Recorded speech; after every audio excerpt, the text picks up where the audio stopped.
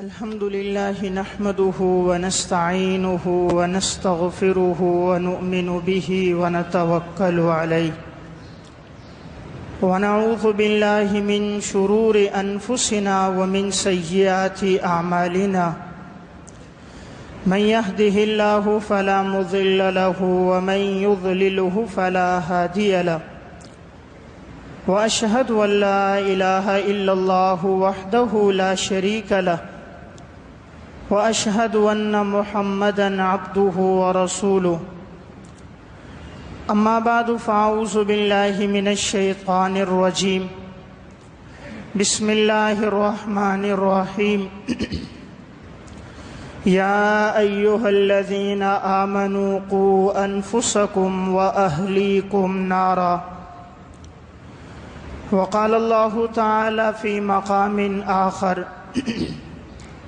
وأمر أهلك بالصلاة واصطبر عليها وقال النبي صلى الله عليه وسلم ما نحل والد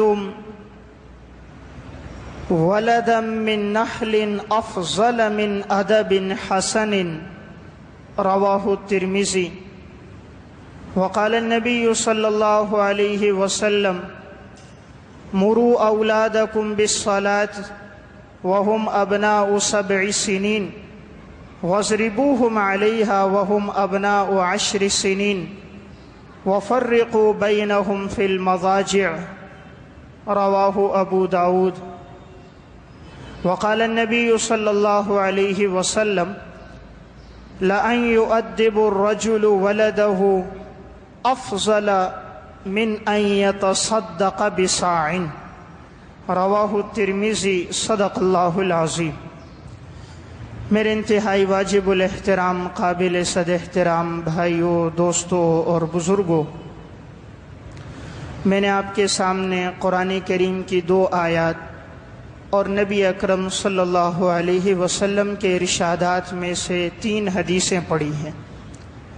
قرآن کریم کی جو آیت ہے اس میں اللہ رب العزت ارشاد فرماتے ہیں یا ایھا الذین آمنوا قوا انفسکم واہلیکم نارا، اے ایمان والو اپنے آپ کو بھی جہنم کی آگ سے بچاؤ اور اپنے اہل و عیال یعنی بیوی بچوں کو بھی جہنم کی آگ سے بچاؤ۔ دوسری آیت میں اللہ رب العزت ارشاد فرماتے ہیں وَأْمُرْ أَهْلَكَ بِالصَّلَاةِ وَاصْطَبِرْ عَلَيْهَا، تم حکم دو اپنے گھر والوں کو نماز پڑھنے کا اور اس پر ثابت قدم رہنے کا اور جمنے کا۔ حدیث میں نبی اکرم صلی اللہ علیہ وسلم نے ارشاد فرمایا مَا نَحَلَ وَالِدٌ وَلَدًا أَفْضَلَ مِن نَحْلٍ مِّن حُسْنِ أَدَبٍ، آپ نے فرمایا ایک بہترین عطیہ جو کوئی انسان کسی کو دیتا ہے تو سب سے خوبصورت عطیہ اور تحفہ یہ ہے کہ تم اپنی اولاد کو ادب سکھاؤ۔ دوسری حدیث میں آپ صلی اللہ علیہ وسلم نے ارشاد فرمایا مروا اولادکم بالصلاة وهم ابناء 7 سنین، اپنی اولاد کو نماز کا حکم دو جب وہ 7 سال کی عمر کو پہنچ جائیں۔ وَاضْرِبُوهُمْ عَلَيْهَا وَهُمْ أَبْنَاءُ 10 سنین، 10 سال کی عمر کو پہنچ کر بھی اگر وہ کوتاہی کریں تو انہیں اس پر مارو۔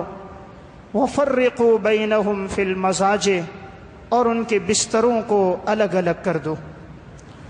تیسری حدیث میں آپ صلی اللہ علیہ وسلم نے فرمایا لَأَن يُؤَدِّبَ الرَّجُلُ وَلَدَهُ أَفْضَلَ مِنْ أَن يَتَصَدَّقَ بِصَاعٍ، کہ اگر تم میں سے کوئی شخص اللہ کے راستے میں 1 صاع صدقہ کرے اس سے بہتر ہے کہ اپنی اولاد کو ادب سکھائے۔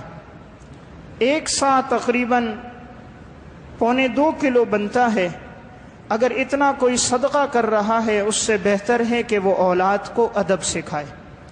تو ان تمام آیات اور احادیث میں جو بات ہمارے سامنے آتی ہے وہ ہے اولاد کی اچھی تربیت کرنا۔ اللہ تبارک و تعالیٰ کی نعمتوں میں ایک بہت بڑی نعمت اولاد کی نعمت ہے۔ اللہ تعالیٰ یہ نعمت بھی کسی کسی کو عطا فرماتا ہے، یہب لمن یشاء اناثا ویہب لمن یشاء الذکور، اللہ جسے چاہتا ہے بیٹے دیتا ہے، جسے چاہتا ہے بیٹیاں دیتا ہے، جسے چاہتا ہے دونوں دیتا ہے، وَيَجْعَلُ مَن يَشَاءُ عَقِيمًا، جسے چاہے بانجھ رکھتا ہے، کچھ بھی نہیں دیتا۔ اللہ تعالیٰ فرماتے ہیں یہ میری مرضی ہے، میں جس کو چاہوں دوں۔ جب انسان کی شادی ہوتی ہے اور اگر 1 سال گزر جائے تو میاں بیوی دونوں ہی تقریباً پریشان نظر آتے ہیں اگر اولاد نہ ہو۔ اولاد کے حصول کے لیے انسان بڑا فکر مند رہتا ہے، اب علاج کرانا شروع کرتا ہے، کبھی ایک ڈاکٹر کے پاس، کبھی دوسرے کے پاس، کبھی ایک طبیب کے پاس، کبھی ایک حامل کے پاس۔ جہاں پتہ چلتا ہے کہ یہاں علاج سے افاقہ ہوگا تو انسان اولاد کے حصول کے لیے ہر ممکنہ کوشش کرتا ہے۔ یہاں تک کہ اگر اسے پتہ چلے کوئی حج عمرے کے لیے جا رہا ہے تو اسے بھی کہتا ہے جب بیت اللہ پہ نظر پڑے تو دعا کرنا اللہ ہماری جھولی کو بھر دے، ہمیں اولاد دے دے۔ جب روزہ رسول پر حاضری ہو، آپ صلی اللہ علیہ وسلم کے روزے پہ سلام کہو، دعا کرنا اللہ ہمیں اولاد کی نعمت دے۔ جب صفا مروہ کی سعی کر رہے ہو، ہمیں یاد رکھنا، مقام ابراہیم کے پیچھے ہو، ہمیں یاد رکھنا، دعا کرنا اللہ ہمیں اولاد دے۔ اگر پتہ چلتا ہے کسی علاقے میں کوئی اللہ والا بزرگ ہے، اس کی خدمت میں جاتے ہیں، کہتے ہیں حضرت دعا کیجئے اللہ ہمیں اولاد دے۔ کسی عالم کا پتہ چلتا ہے، اس کے پاس پہنچتے ہیں۔ یعنی انسان اولاد کے لیے بڑا فکر مند رہتا ہے، یہاں تک کہ جب اللہ اسے اولاد کی نعمت دے دیتا ہے، اب وہ اس اولاد کی اچھی تربیت نہیں کرتا کہ جو اسے امیدیں تھیں کہ یہ اولاد میرے مستقبل کا سہارا بنے گی، میری آنکھوں کی ٹھنڈک بنے گی، ملک اور ملت کی پاسبان بنے گی اور میرے لیے صدقہ جاریہ بنے گی، لیکن اس کی وہ امیدیں پوری ہوتی نظر نہیں آتی۔ آخر ایسا کیوں ہوتا ہے؟ تو میں ایسے چند اسباب اور اوصاف ذکر کروں گا کہ انشاءاللہ اگر ان کی رعایت رکھی جائے تو ہم اپنی اولاد سے جو امیدیں رکھیں گے، اللہ کی ذات سے بہت بڑی امید ہے کہ انشاءاللہ ہماری اولادیں ہماری امیدوں پر پورا اتریں گی۔ تو اولاد کی تربیت کے وہ کون سے اصول ہیں قرآن و سنت کی روشنی میں کہ جن کی رعایت رکھی جائے تو انشاءاللہ ہماری اولادیں بھی دین کی پاسبان بنیں اور اللہ انہیں عزتیں عطا کرے اور ہماری نیک نامی کا ذریعہ بنے؟ تو سب سے پہلی چیز یہ ہے، اللہ تعالیٰ جب اولاد کی نعمت دے دے تو انسان اولاد کے دل میں سب سے پہلا کام اللہ کی محبت ڈالے۔ سب سے پہلی چیز تربیت اولاد میں یہ ہے، اولاد کے دل میں اللہ کی محبت ڈالنی ہے۔ اس کے دل میں پیسے کی محبت نہیں، کھلونوں کی محبت نہیں، کپڑے اور لباس کی محبت نہیں، اس کے دل میں اللہ کی محبت۔ اس کے سامنے بار بار تذکرہ کرنا ہے، بیٹا تجھے بھی اللہ نے پیدا کیا، ہمیں بھی اللہ نے پیدا کیا۔ یہ کائنات میں جتنی نعمتیں نظر آ رہی ہیں، یہ سورج چاند ستاروں کا نظام، یہ زمین میں بکھری ہوئی 18,000 قسم کی مخلوقات، یہ چاند کی روشنی، سورج کی کرنیں، یہ جگمگاتے ستارے، سب اللہ نے ہمارے لیے پیدا کیے ہیں۔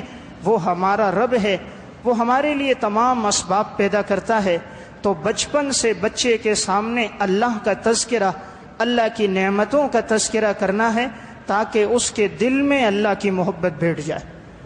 عموماً ہوتا ایسا ہے کہ ہم بچوں کے سامنے بچپن ہی سے جو تذکرہ کرتے نظر آتے ہیں، یا تو بچے کے سامنے تذکرہ ہوتا ہے مال کا کہ ادھر تنخواہ کم تھی ادھر زیادہ ہے، اتنے پیسے ادھر لگ گئے ادھر اتنے لگ گئے، یا ہم تذکرہ کرتے نظر آتے ہیں رسم و رواج کا، یا عورتیں تذکرہ کرتی نظر آتی ہیں بناؤ سنگار کا۔ تو اس لیے ان بچیوں میں بھی ان بناؤ سنگار اور زیب و زینت کی محبت ہوتی ہے، لڑکوں میں بھی اسی چیز کی محبت ہوتی ہے۔ اس لیے پہلی چیز میں نے عرض کی، اولاد کے دلوں میں اللہ کی محبت ڈالنی ہے، اور یہ تب ہوگا جب والدین اولاد کے سامنے اللہ کا تذکرہ کثرت سے کریں گے۔ نمبر 2، دوسری چیز ہے اولاد کے دلوں میں نبی اکرم صلی اللہ علیہ وسلم کی محبت ڈالنی ہے۔ ان کے سامنے بتلانا ہے کہ اللہ ہمارا رب ہے، محمد صلی اللہ علیہ وسلم ہمارے پیغمبر ہیں، ان کے واسطے سے ہمیں قرآن کریم جیسی کتاب ملی، ان کے واسطے سے ہمیں دین اسلام جیسی ایک کامل اور مکمل شریعت ملی جو امت میں سب سے زیادہ خیر خواہ، امت کے لیے سب سے زیادہ رونے والے، سب سے بڑے مشفق اور مہربان ہیں تو محمد صلی اللہ علیہ وسلم۔ تو ان کے دلوں میں کرکٹ کے کھلاڑیوں کی محبت نہیں، فلمی اداکاروں کی محبت نہیں، ان کے دلوں میں اللہ کے رسول کی محبت ڈالی۔ جب یہ پیغمبر کی محبت ان کے دلوں میں بچپن سے آئے گی، جتنا یہ پروان چڑھتے جائیں گے، انہیں حضور سے محبت کی وجہ سے، حضور کے لباس سے، آپ کی سنتوں سے، آپ کے دین سے محبت بڑھے گی۔ لیکن بڑے افسوس کی بات، ہم بچپن ہی سے بچے کے دلوں میں غیر محسوس طریقے پر جو محبت ڈالتے نظر آتے ہیں، وہ یا کھلاڑیوں کی یا اداکاروں کی یا ان لوگوں کی جنہیں دنیا سے، مال سے محبت تھی۔ ہم ان کے سامنے کبھی پیغمبر کا تذکرہ نہیں کرتے، کبھی صحابہ کا تذکرہ نہیں کرتے، اس لیے ہماری اولادیں بالکل ناواقف نظر آتی ہیں۔ بعض بچے 5ویں 6ٹھی جماعت تک پہنچ جاتے ہیں، ان سے پوچھا جائے بیٹا تمہارے پیغمبر کا نام کیا ہے، تو بیٹے کو معلوم نہیں ہوتا۔ تو یہ ماں باپ کی لاپرواہی اور غفلت کہ انہوں نے حضور کی محبت بچوں کے دلوں میں نہیں ڈالی۔ تیسری چیز، بچے کو سب سے پہلے جو چیز سکھانی ہے وہ ہے کلمہ طیبہ۔ اسی لیے حدیث میں بھی آتا ہے کہ بچہ جب بولنے لگے تو اسے کلمہ سکھائیے۔ اب یہ جب تھوڑا سا بڑا ہو تو اسے قرآن کریم سکھائیے، قرآن کریم اسے پڑھنا آ جائے۔ یہ تب ہوگا جب گھر کے ماحول میں قرآن کی تلاوت کا معمول ہوگا۔ جب ماں صبح اٹھتے ہی نماز کے بعد تلاوت کرے گی تو بچہ اسے دیکھے گا، بچی دیکھے گی تو وہ بھی تلاوت کرے گی۔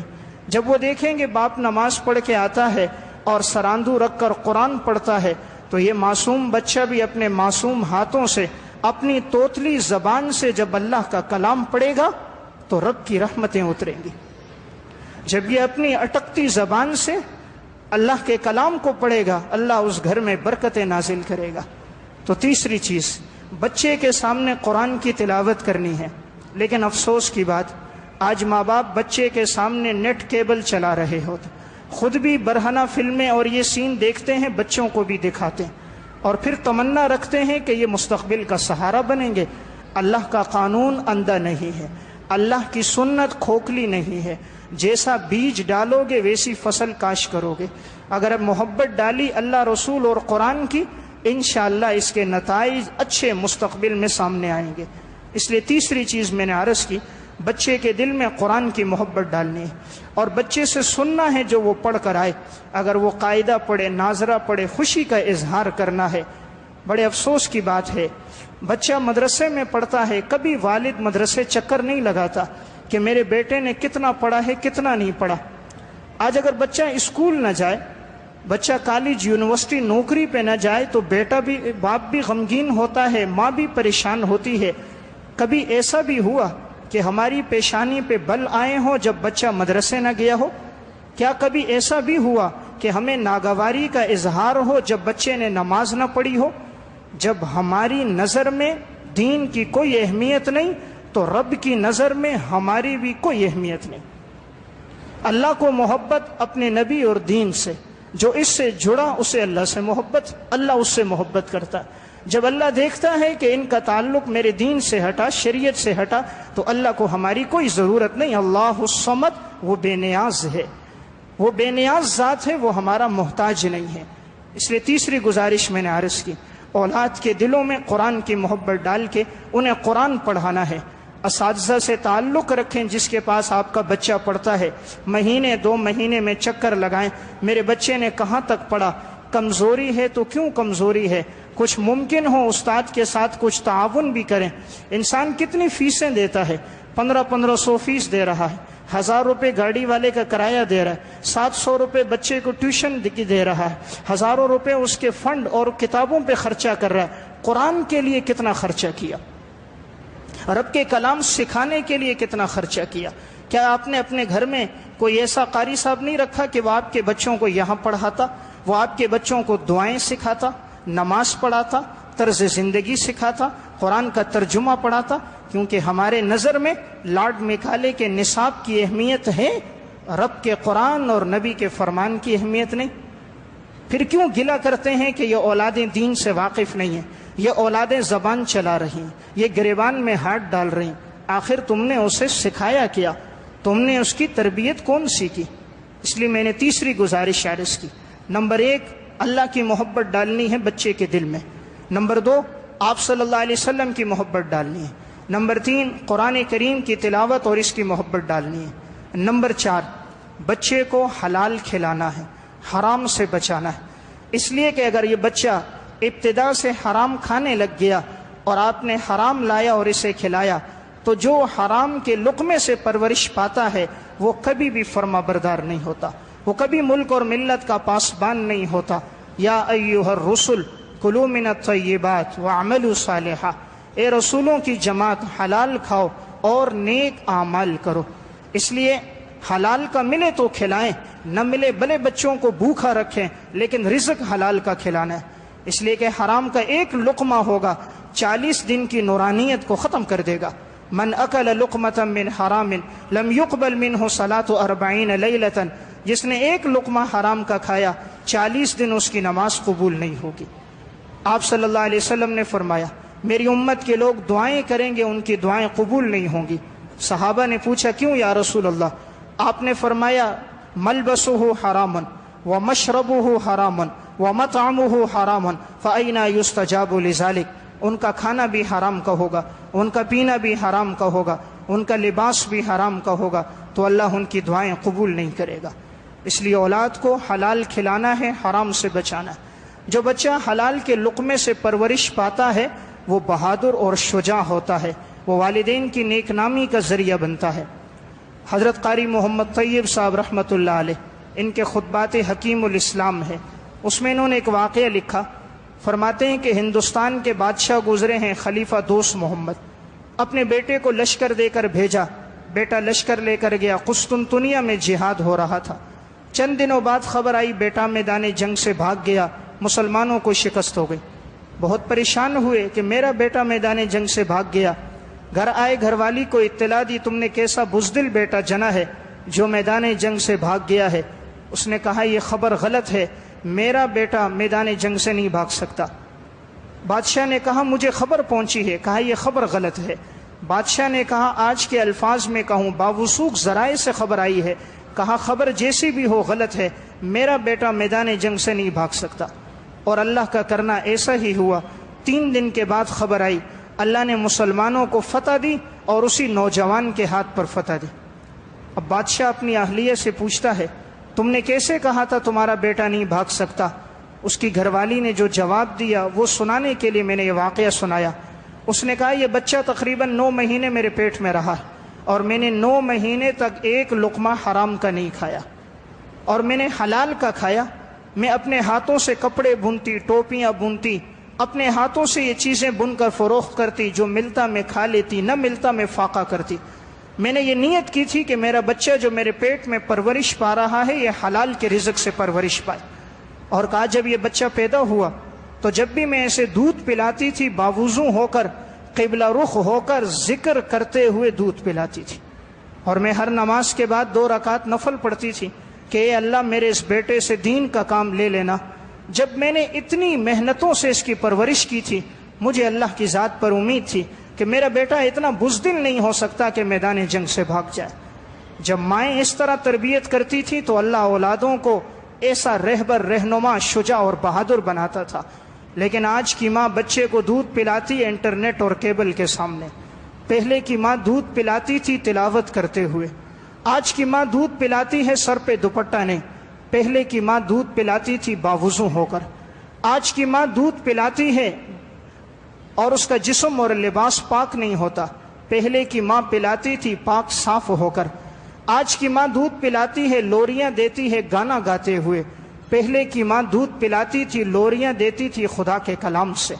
وہ بچے کے کانوں میں جب رب کا کلام پڑتا تھا، قرآن کریم اس کے کانوں سے اس کے دل پہ لگتا تھا تو اس کے دل میں محبت اللہ اور رسول کی ہوتی تھی، وہ شجاع اور بہادر ہوتا تھا۔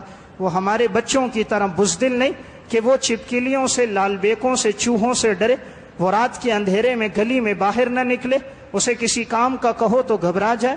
جب ماؤں کی تربیت ہوتی تھی تو اللہ اس طرح بناتا تھا۔ اس لیے میں نے چوتھی گزارش عرض کی، اولاد کو حلال کا رزق کھلائیں۔ نمبر 5، اولاد کو گھر کا ماحول اچھا دیں۔ بچہ سب سے زیادہ جو سیکھتا ہے اپنے گھر کے ماحول سے سیکھتا ہے۔ اگر گھر کا ماحول اچھا نہیں ہے، گھر میں نیٹ کیبل چل رہا ہے، فحاشی اور عریانی ہے، آپ بچے کو باہر کتنی اچھی تربیت دے دیں، کتنی اچھی تعلیم دے دیں، اگر گھر کا ماحول اس کے موافق نہیں ہوگا، بچہ جو سیکھ کر آیا ہوگا گھر میں آ کر سب بھول جائے گا، سب ضائع ہو جائے گا، ختم ہو جائے گا۔ اس کی مثال ایسی ہے، کولر میں اوپر سے پانی ڈالیے اور نیچے سے ٹوٹی کھول دیجئے تو وہ پانی کولر میں رہے گا نہیں، وہ باہر آ جائے گا۔ کولر میں پانی تب رہے گا جب ٹوٹی نیچے سے بند ہوگی۔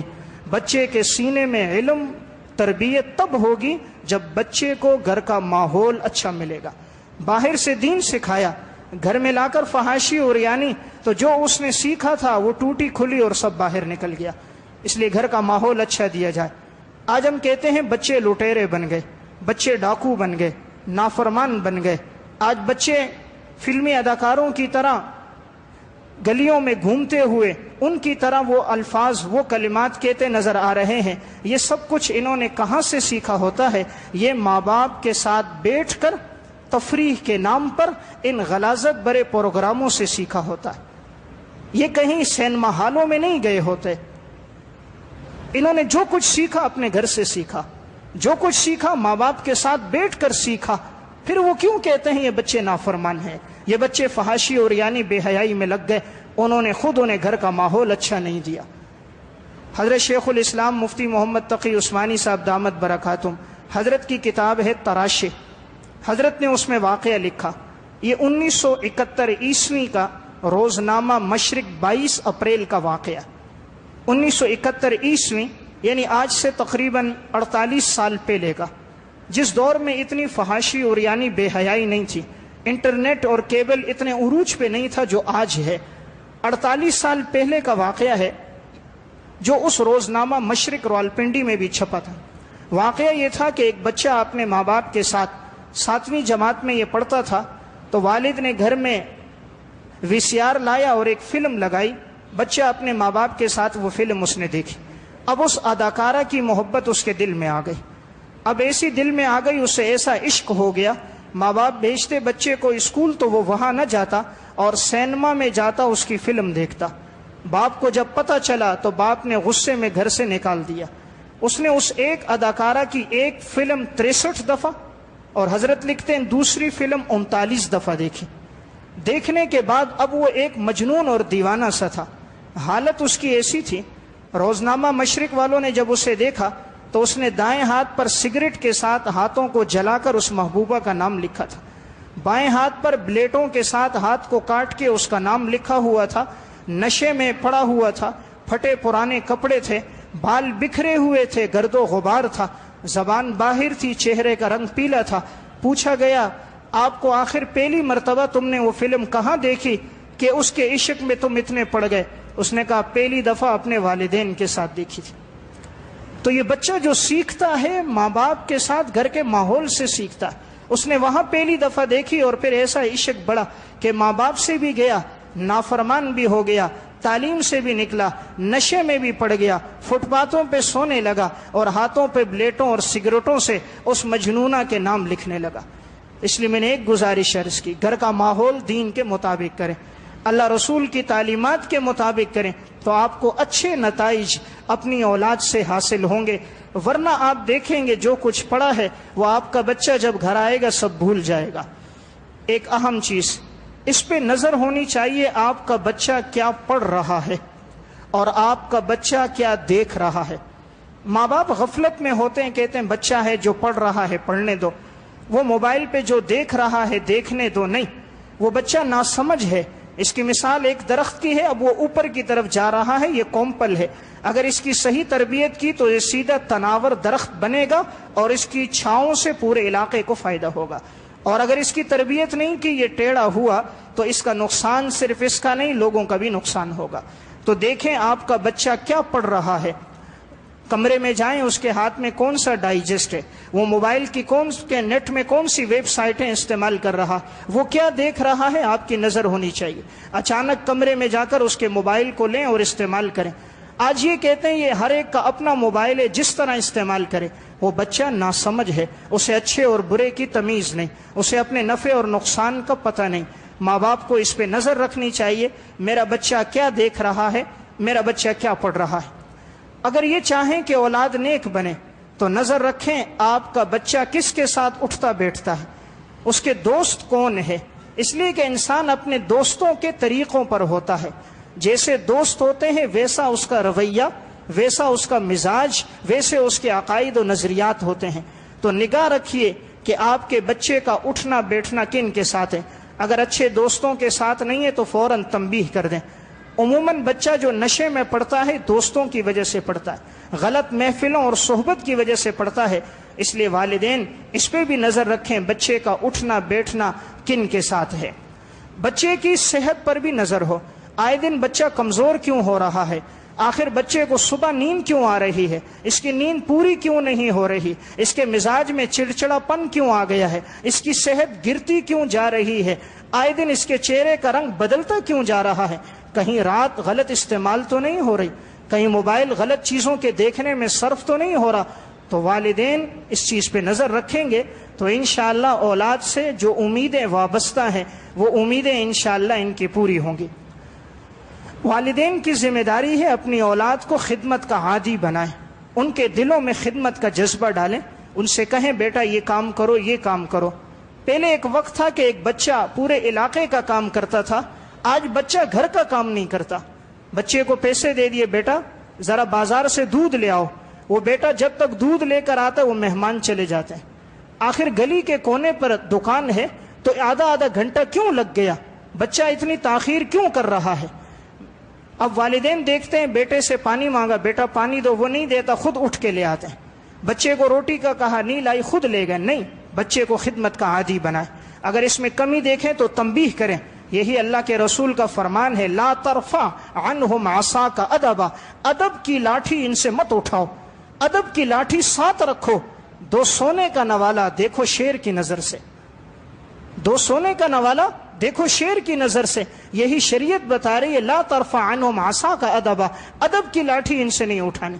یعنی دیکھنا ہے جہاں کمزوری نظر آئے، یہ مطلب نہیں کہ ہڈیاں توڑ دینی ہے، یہ مطلب نہیں کہ جسم پہ نشانات لانے ہیں، صرف باپ نے اولاد پہ رعب رکھنا ہے، صرف باپ کا رعب ہونا چاہیے اولاد پر، تاکہ اسے معلوم ہو میرا والد آیا ہے، وہ ان تمام غلط حرکتوں سے باز آ جائے۔ اس لیے میں نے ایک گزارش عرض کی کہ اس پر بھی ہمیں نگاہ ہونی چاہیے، والد رعب میں رکھے اپنے بچوں کو، غلط حرکتوں سے تبھی باز آئیں گے جب والد کا ان کے اوپر رعب ہوگا۔ ہم اپنی اولاد کے ظاہر پر بڑی محنت کرتے ہیں، بچوں کے لیے اچھے سے اچھا لباس لاتے ہیں، اچھی سے اچھی گھڑی لاتے ہیں، موبائل لاتے ہیں، کھلونے لاتے ہیں، ظاہر کے لیے ہم بڑی محنت کرتے ہیں، ہم نے باطن کے لیے کیا محنت کی، کبھی اس پر نہیں سوچا۔ اگر ایک پرندے کو ایک پنجرے میں بند کر دو، پنجرا سونے کا ہو، سونے کا پنجرا ہے، پرندے کو اندر تم دانا پانی نہ ڈالو، وہ سونے کے پنجرے میں بے چین ہوگا۔ لیکن اگر پرندے کا پنجرا مٹی کا ہے، لکڑی کا ہے، لیکن اس کو دانا پانی، اس کی غذا اور خوراک وقت پہ مل رہی ہے، وہ اس لکڑی اور مٹی کے پنجرے میں چین اور اطمینان میں ہوگا۔ ہم نے اولاد کو لباس بہت اچھا دیا، وضاقتہ بہت دی، لیکن وہ اندر سے بے چین ہے، وہ اس پرندے کی طرح بے چین جو کبھی ادھر اڑ رہا ہے کبھی ادھر اڑ رہا ہے، اس لیے بے چین ہے کہ ہم نے اس کی تربیت نہیں کی۔ تربیت تب ہوگی جب بچوں کو مسجد لے کر آئیں گے، علماء کے بیانات سنوائیں گے، صلحاء کی مجلسوں میں لے کر آئیں گے، جب وہ دین سنیں گے سیکھیں گے تو ان کی تربیت ہوگی۔ بچوں کی تربیت میں سب سے اہم چیز بچے کو نماز کا عادی بنائیں۔ یہی حضور نے فرمایا، مروا اولادکم بالصلاۃ وہم ابناء 7 سنین، اپنی اولاد کو 7 سال کی عمر میں نماز کا حکم دو، اور اگر وہ نہ پڑھیں وَضْرِبُوهُمْ عَلَيْهَا وَهُمْ أَبْنَاءُ 10 سنین، 10 سال کی عمر میں انہیں تنبیہ کرو۔ جو بچہ نماز کا عادی بن گیا اس کی زندگی میں اللہ 3 باتیں لائے گا۔ نمبر 1، ایسا بچہ ہمیشہ صاف ستھرا رہے گا، کیونکہ جب وہ نماز کا عادی ہے تو صاف کپڑے پہننے کا عادی بنے گا، وضو کر کے مسجد آئے گا، تو اس کی زندگی میں بچپن سے نظافت آئے گی۔ نمبر 2، جب بچہ نماز کا عادی بنے گا وقت کا پابند بنے گا، اسے معلوم ہوگا اس وقت میں یہ نماز، اس وقت میں یہ نماز، تو بچپن سے وہ نماز کا عادی ہوگا، وقت کا پابند ہوگا۔ نمبر 3، بچہ جب مسجد آئے گا نماز پڑھے گا تو وہاں نیک لوگوں کی اسے صحبت ملے گی، مسجد کا پاکیزہ ماحول ملے گا، علماء کے بیانات سنے گا، تبلیغی احباب کی مجلسوں میں بیٹھے گا، بچے کی تربیت ہوتی رہے گی۔ اور قرآن کا وعدہ ہے ان الصلاۃ تنہا عن الفحشاء والمنکر، یقیناً نماز بے حیائی سے، برائی سے روکتی ہے۔ جب وہ نماز کا عادی ہوگا ہر گناہ سے بچ جائے گا، ہر بے حیائی سے بچ جائے گا جو بچہ نماز کا عادی ہو جائے۔ آج ماں باپ بچے کو صبح اٹھاتے نہیں ہیں، کہا بھائی بچہ ساری رات پڑھتا رہا، تھکا ہوا ہے، اس کو آرام کی ضرورت ہے۔ آپ کو کیا معلوم وہ ساری رات پڑھتا رہا یا کچھ دیکھتا رہا؟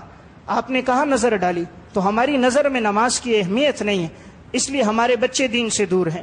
آج ماں آدھا گھنٹہ پہلے اٹھتی ہے بچے کا لنچ بنانے کے لیے، کہ وہ صبح ناشتہ بھی بنا رہی ہے، کھانا بھی بنا رہی ہے، تاکہ بچہ جب اسکول میں جائے گا تو اسے وقت پہ یہ چیز ملے۔ تو جب وہ آدھا گھنٹہ پہلے اسکول کی تیاری کر سکتی ہے تو وہ 10 منٹ پہلے اٹھا کر بچے کو نماز کے لیے نہیں بھیج سکتی؟ آدھا گھنٹہ پہلے اس کی وردی استری کر رہی ہے، آدھا گھنٹے پہلے اس کے تمام انتظامات، اس کے ناشتے کے، اس کی گاڑی کے، اس کے لباس کے سب ہو رہے ہیں، کیا 10 منٹ پہلے اسے نماز کے لیے نہیں جگایا جا سکتا؟ تو ہماری نظر میں اصل میں دین کی اہمیت کوئی نہیں۔ اس لیے آج ہمارے بچے محمد بن قاسم نہیں ہیں، صلاح الدین ایوبی، امام ابو حنیفہ اور بخاری نہیں ہیں۔ ہمارے بچے وہ ہیں جو کسی مجلس میں لے جانے کے قابل نہیں ہیں۔ باپ بیٹے کو کسی مجلس میں نہیں لے جا سکتا، کیونکہ اس کے چہرے سے پتہ چل رہا ہے یہ کوئی چرسی ہے، یہ کوئی ہیرون کے نشے میں مبتلا ہے۔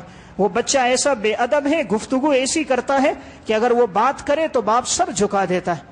آخر ہم نے تربیت نہیں کی، شکوہ کس کا کر رہے ہیں؟ اپنی غلطی ہے، ہم نے اولاد پہ نظر کیوں نہیں رکھی؟ 24 گھنٹے میں آدھا گھنٹہ اولاد کے لیے نکالیں، صرف آدھا گھنٹہ۔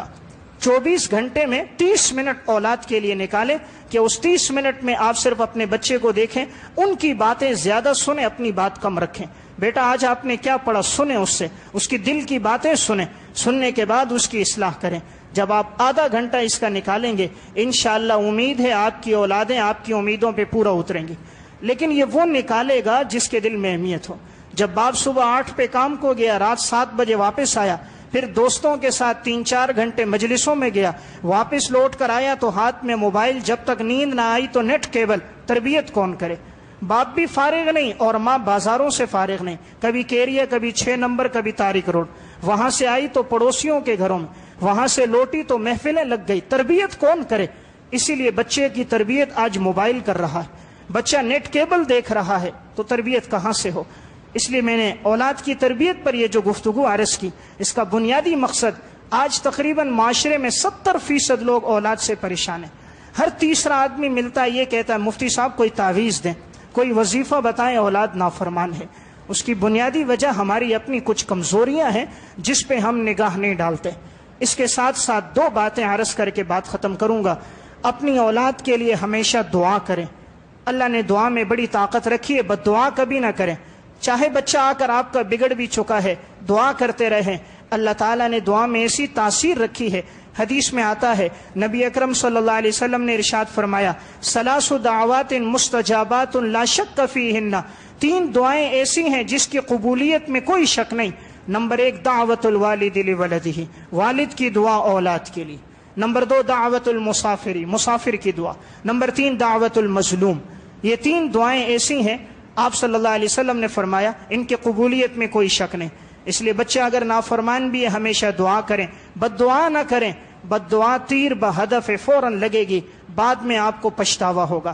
صحیح مسلم کی روایت ہے، رسول اللہ صلی اللہ علیہ وسلم نے فرمایا، لا تدعوا علی انفسکم، اپنے آپ پر بد دعا نہ کرو، ولا تدعوا علی اولادکم، اپنی اولاد پہ بد دعا نہ کرو، ولا تدعوا علی اموالکم، اپنے مالوں پر بد دعا نہ کرو، کہیں قبولیت کی گھڑی ہو اور وہ قبول ہو جائے اور زندگی بھر تمہیں پچھتاوا ہو۔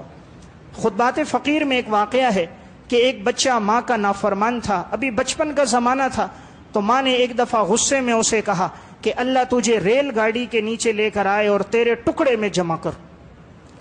ماں نے اپنے بچے سے کہہ دیا، کبھی بد دعا لگتی ہے، کچھ وقت کے بعد لگتی ہے، کچھ وقت گزر جاتا ہے۔ تھوڑا سا وقت گزرا، اب جب یہ عین شباب کو پہنچا، جوانی میں آیا اور کمانے کے لائق ہو گیا، اس طرح کما کے لاتا تھا، گھر والے بھی خوش ہوتے تھے، کڑیل جوان تھا، اچانک کیا ہوا کہ ایک دفعہ کسی ریل کی پٹڑی کے پاس سے گزر رہا تھا، اسی طرح ریل کے نیچے آیا اور جسم کے ٹکڑے ہو گئے، اور پھر وہ ٹکڑے لا کر اس کے گھر جب لائے گئے، ماں نے جب دیکھا تو بے ہوشی طاری ہو گئی اس پر۔ ایک دفعہ ہوش آیا، پھر بے ہوشی، پھر ہوش، پھر بے ہوشی، حالت اس کی یہی رہی 3 دن تک۔ بچوں کے ٹکڑوں کو جب وہ دیکھتی تو پریشان ہو جاتی تھی۔ جب تیسرے دن اس کی آنکھ لگی تو ایک آواز سنی کہ پریشان کیوں ہو رہی ہے، رو کیوں رہی ہے، تو نے خود ہی تو کہا تھا اس کے ٹکڑے ہو جائے اور میں اس کے ٹکڑوں کو جمع کروں، ہم نے تیری بات کو قبول کر لیا۔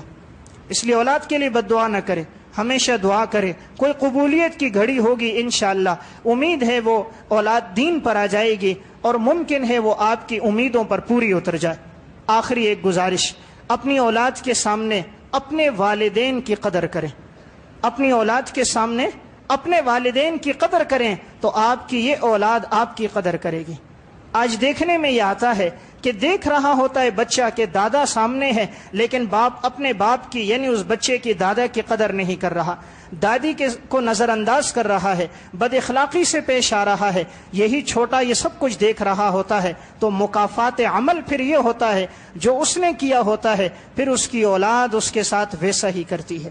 اس لیے اپنی اولاد کے سامنے اپنے والدین کے ساتھ اچھا برتاؤ رکھیں، ان کی خدمت کریں، دعائیں لیں، تو جب آپ کے بچے یہ دیکھیں گے مستقبل میں اگر آپ بڑھاپے کو پہنچے وہ آپ کے ساتھ بھی وہی رویہ سلوک رکھیں گے جو آپ نے اپنے والدین کے ساتھ رکھا تھا۔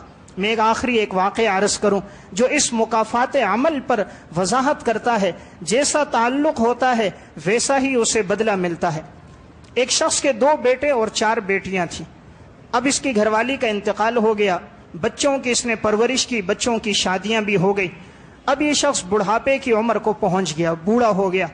آخر ایک وقت آیا کہ جسم پہ فالج ہو گیا، اس کے لیے چلنا پھرنا مشکل ہو گیا۔ بچیاں اپنے گھروں میں جا چکی تھی شادیوں کے بعد، جو بچے تھے وہ بھی چلے گئے، اب یہ ایک بچے کے پاس رہتا تھا۔ جو اس کا یہ بڑا بیٹا تھا اس کے بھی آگے 2 بچے اور 2 بچیاں تھیں۔ اب جب اسے فالج ہوا تو اس کا بول و براز اس کے بستر پہ ہوتا تھا۔ تو 2 منزلہ مکان تھا، دوسری منزل میں یہ بڑا بیٹا اور بچے تھے، تو انہوں نے دیکھا اس کا بول و براز ہے، بدبو ہے، تو بڑے بیٹے کی گھر والی نے کہا یہ مجھ سے گوارا نہیں ہے، تم اس کو نیچے رکھو۔ تو نیچے کے مکان میں باپ کو رکھا گیا۔ اب وہ نیچے ہوتا تھا، لیکن چونکہ بستر پہ بول و براز تھا تو تعفن ہو جاتا تھا، دیکھ بھال وقت پہ نہیں ہوا کرتی تھی، تو کچھ بدبو بھی آ جاتی تھی جسم اور کپڑوں سے۔ تو اب اس کی اہلیہ نے یہ کہا کہ ہمارے گھر میں تعفن پھیل رہا ہے، جراثیم پھیل رہے ہیں، یا اس گھر میں آپ کا والد رہے گا یا میں رہوں گی، یعنی میرا سسر ہوگا یا میں، ورنہ میں نہیں رہ سکتی۔ بیٹے نے سمجھایا لیکن اس نے کہا نہیں، ایک ہی فیصلہ ہے۔ اس نے کہا چلو ایسا کرتے ہیں، اوپر ایک کمرہ بنا دیتے ہیں چھت پر، اس پہ اپنے بوڑھے باپ کو رکھیں گے، اوپر کوئی جائے گا نہیں، ہوا لگتی رہے گی، بس وہیں پڑا رہے گا جتنی اس کی زندگی ہے۔ تو انہوں نے اوپر تیسری منزل پر ایک کمرہ بنا دیا، چادریں اس پہ ڈال دی۔ اب وہ تپتی ہوئی گرمی وہاں ہوتی تھی، باپ سے یہ کام اوپر آپ کو لے کے جا رہے ہیں، وہ ہوادار جگہ ہے، ہوا لگے گی، روشنی لگے گی، آپ خوش ہوں گے۔ باپ تو بیچارہ معذور تھا، جب اسے اوپر لے کر گیا تو اب یہ بیٹا جاتا نہیں تھا، باپ کے پاس کمرے میں نہیں جاتا تھا، جراثیم لگیں گے، اور خود اپنے بچوں کو بھی کہا اوپر مت جاؤ، بچے بھی نہیں جاتے تھے۔ جس پلیٹ میں کھانا لے جاتے تھے جب پلیٹ واپس آتی تھی کہیں ایسا نہ ہو بیماریاں ہمیں نہ لگ جائیں، تو اس کی گھر والی گئی اور ایک بازار سے پلاسٹک کی پلیٹ لائی، پلاسٹک کے گلاس اور پلاسٹک کے کپ لائے کہ بابا جی کو اس میں دیا کریں گے، بس یہ اسی کے برتن ہوں گے، اس میں کوئی اور استعمال نہیں کرے گا۔ اور خود جانے سے پیچھے ہٹ گئے، ایک نوکرانی رکھ دی کہ کھانے کا ٹائم ہے تم اوپر لے جا کر بابا کو کھلا دیا کرو، اس کے کمرے کی صفائی کرو، ہم اوپر نہیں جاتے۔ اب یہ بیٹا اور اس کے بچے اور اہلیہ اوپر نہیں جاتے تھے، جتنا اس کی زندگی تھی وہ رہا۔ تقریباً 2.25 سال بعد اس کا انتقال ہو گیا۔ جب انتقال ہو گیا، جنازہ ہو گیا، تو اب یہ بڑا بیٹا اوپر کمرے میں گیا دیکھنے کے لیے کمرے کی کیا حالت ہے۔ جب یہ اوپر گیا ہے اور کمرے کی کچھ صفائی کر رہا ہے، سامان دیکھ رہا ہے، تو اس کا ایک بچہ تھا، 6 سے 7 سال عمر تھی، تو وہ بچہ بھی اس کے ساتھ تھا۔ تو بچہ کوئی چیز تلاش کر رہا تھا۔ اس نے پوچھا بیٹا کیا تلاش کر رہے ہو؟ تو بچہ آگے سے خاموش رہا، وہ کبھی چارپائی کے نیچے دیکھتا، کبھی اوپر دیکھتا، کوئی چیز ڈھونڈ رہا تھا۔ پھر پوچھا بیٹا کیا تلاش کر رہے ہو؟ بچے نے کچھ نہ کہا۔ تیسری مرتبہ باپ نے کہا بیٹا کیا تلاش کر رہے ہو؟ کہا ابا جی وہ پلیٹ تلاش کر رہا ہوں، وہ جو پلاسٹک کی پلیٹ، اور بابا جی کے وہ جو گلاس استعمال ہوتا تھا، کپ استعمال تھے، وہ ڈھونڈ رہا ہوں۔ تو اس نے پوچھا بیٹا کیوں ڈھونڈ رہے ہو؟ کہا ابا جی آپ دادا کو اس میں روٹی دیتے تھے، تو جب آپ بوڑھے ہو جاؤ گے ہم آپ کو بھی اوپر کے کمرے میں رکھیں گے اور آپ کو بھی اس پلیٹ میں روٹی دیں گے۔ جس طرح دادا جی کو اوپر کمرے میں رکھا جاتا تھا، اس پلیٹ میں روٹی دیتے تھے اور اس گلاس میں پانی دیتے تھے، تو میں وہ برتن ڈھونڈ رہا ہوں ابا جی تاکہ اگر آپ بوڑھے ہو جاؤ گے ہم آپ کو بھی اوپر رکھیں گے اور اسی پلیٹ میں ہم آپ کو بھی روٹی دیں گے۔ یہ مکافات عمل ہے، جیسا انسان کرتا ہے ویسا ہی ہوتا ہے، اور ویسا ہی ہوا۔ جب یہ بڑھاپے کو پہنچا پھر یہی ہوا، جو اس کے بچے تھے ان کی شادیاں ہو گئی اور اس کو بھی وہی بیماری لگ گئی جو والد کو تھی کہ یہ شخص فالج میں پڑا رہا۔ اب اس کو بھی اوپر کمرے میں ڈال دیا اور اس کا کوئی بیٹا اسے ملنے نہیں جاتا تھا۔ وہی برتن تھے اور اسی برتن میں پھر اسے بھی روٹی دی جاتی تھی، اور یہ روتا تھا۔ کبھی کوئی تعزیت کے لیے آتا، عیادت کے لیے آتا تو اسے کہتا تھا میں نے اپنے والد کے ساتھ یہ سلوک کیا تو میری اولاد نے میرے ساتھ یہ سلوک کیا۔ یہ دنیا کے اندر ایک بدلہ ہے جس نے پورا ہونا ہے۔ اس لیے میں نے آخری گزارش عرض کی، اپنی اولاد کے سامنے اپنے والدین کی قدر کریں تو یہ آپ کی اولادیں آپ کی قدر کریں گی۔ اللہ مجھے اور آپ کو عمل کی توفیق دے۔